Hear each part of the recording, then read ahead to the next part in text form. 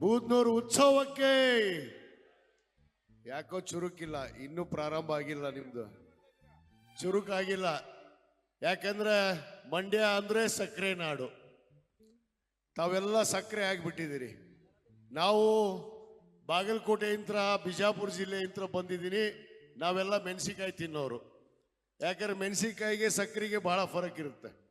ಆದ್ರೆ ಮೆಣಸಿಕಾಯಿ ತಿಂದ ಮೇಲೆ ಸಕ್ಕರೆ ತಿನ್ನಲೇಬೇಕು, ಅದಕ್ಕೆ ಮಂಡ್ಯಕ್ಕೆ ಬರಲೇಬೇಕು ಅಂತೇಳಿ ಇವತ್ತು ನಿಮ್ಮ ಉತ್ಸವಕ್ಕೆ ನನ್ನ ಆತ್ಮೀಯ ಸ್ನೇಹಿತರಾದಂಥ ರವಿಕುಮಾರ್ ಅವರು ಇವತ್ತು ಇಲ್ಲಿ ಬರಮಾಡ್ಕೊಂಡಿದ್ದಾರೆ. ಅವ್ರಿಗೆ ಮತ್ತು ನಮ್ಮ ದಿನೇಶ್ ಅವರಿಗೆ, ನಮ್ಮ ರಾಜ್ಯಸಭಾ ಸದಸ್ಯರು ಮತ್ತು ನಮ್ಮ ಇನ್ನೋರ್ವ ಆತ್ಮೀಯರಾದಂಥ ಸ್ಟಾರ್ ಚಂದ್ರು ಗೌಡ ಅವರು ಕೂಡ ಇವತ್ತು ಇಲ್ಲಿ ನನ್ನ ಅತ್ಯಂತ ಪ್ರೀತಿಯಿಂದ ಬರಮಾಡಿಕೊಂಡು ಬಹಳ ವಿಶೇಷವಾದ ಈ ಒಂದು ಉತ್ಸವ. ಯಾಕಂದ್ರೆ ಕರ್ನಾಟಕ ನಾಡೇ ಒಂದು ವಿಶೇಷ ಅನ್ನೋದು.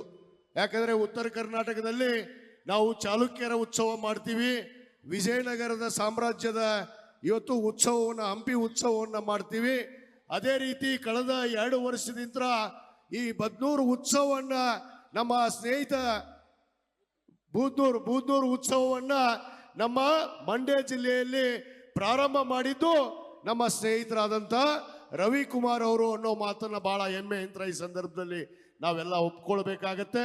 ನಮ್ಮ ಕರ್ನಾಟಕ ಘನ ಸರ್ಕಾರ, ನಮ್ಮ ಮಾನ್ಯ ಮುಖ್ಯಮಂತ್ರಿಗಳಂತ ಸಿದ್ದರಾಮಯ್ಯನವರು ಮತ್ತು ನಮ್ಮ ಉಪಮುಖ್ಯಮಂತ್ರಿಗಳಂತ ಸನ್ಮಾನ್ಯ DK ಶಿವಕುಮಾರ್ ಅವರ ನೇತೃತ್ವದಲ್ಲಿ ಇವತ್ತು ಇಡೀ ರಾಜ್ಯದಲ್ಲಿ ಯಾವುದೇ ಉತ್ಸವವನ್ನು ಬಿಡದೆ ಎಲ್ಲ ಉತ್ಸವಕ್ಕೂ ಕೂಡ ಇವತ್ತು ವಿಶೇಷವಾದ ಕಾಳಜಿಯನ್ನು ವಹಿಸಿ ಈ ಉತ್ಸವವನ್ನು ಇವತ್ತು ವೈಭವಗೊಳಿಸ್ತಾ ಇದ್ದಾರೆ.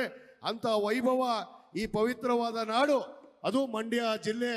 ಇವತ್ತು ಈ ಒಂದು ಉತ್ಸವದಲ್ಲಿ ನನಗೂ ಕೂಡ ಭಾಗವಹಿಸೋದಕ್ಕೆ ಅವಕಾಶ ಮಾಡಿಕೊಟ್ಟಿರುವಂಥ ನಮ್ಮ ರವಿಕುಮಾರ್ ಅವರಿಗೆ, ನಮ್ಮ ಜಿಲ್ಲಾ ಉಸ್ತುವಾರಿ ಸಚಿವರಿಗೆ ಎಲ್ಲರಿಗೂ ಧನ್ಯವಾದಗಳು ಅರ್ಪಿಸಿ ಸಮಯವನ್ನು ತೆಗೆದುಕೊಳ್ಳೋದಿಲ್ಲ. ನೀವು ಸಕ್ಕರೆ ಮನಸ್ಸು, ನಮ್ಮ ಇನ್ನೊಬ್ಬರು ಸ್ನೇಹಿತರು ಶಾಸಕರು ಆಗಮಿಸಿದ್ದಾರೆ, ಅವರಿಗೂ ಕೂಡ ಈ ವೇದಿಕೆ ಪರವಾಗಿ ಸ್ವಾಗತವನ್ನು ಕೋರ್ತಾ ಈ ಒಂದು ಕಾರ್ಯಕ್ರಮ ಯಶಸ್ವಿ ಆಗಲಿ, ಈ ಉತ್ಸವ ಈ ನಾಡಿಗೆ ಒಂದು ಬೆಳಕನ್ನು ಚೆಲ್ಲುವಂಥ ಕೆಲಸ ಆಗಲಿ. ಆ ವಿಶ್ವನಾಥ ಮತ್ತು ಅನಂತ ಪದ್ಮನಾಥರ ಆಶೀರ್ವಾದ ತಮಗೆಲ್ಲರ ಮೇಲೆ ಇರಲಿ ಅಂತೇಳಿ ಹಾರೈಸಿ ನನ್ನ 2 ಮಾತನ್ನು ಮುಗಿಸ್ತೇನೆ. ಜೈ ಹಿಂದ್, ಜೈ ಕರ್ನಾಟಕ. ನಿಮ್ಮೂರಿನಿಂದ ವಿಶ್ವ ಮಟ್ಟದವರೆಗೆ ರಾಜಕೀಯ, ಸಿನಿಮಾ, ಸ್ಪೋರ್ಟ್ಸ್ ಯಾವ ಸುದ್ದಿಯೂ ಮಿಸ್ ಆಗಲ್ಲ. ಬರೀ ಸುದ್ದಿಯಷ್ಟೇ ಅಲ್ಲ, ಜೊತೆಯಲ್ಲೇ ಇರುತ್ತೆ ವಿಶ್ಲೇಷಣೆ. ಗ್ಯಾರಂಟಿ ನ್ಯೂಸ್ ನ ಸಬ್ಸ್ಕ್ರೈಬ್ ಮಾಡಿ, ಫಾಲೋ ಮಾಡಿ, ಕ್ಷಣ ಕ್ಷಣದ ಅಪ್ಡೇಟ್ಸ್ ಪಡೆಯಿರಿ.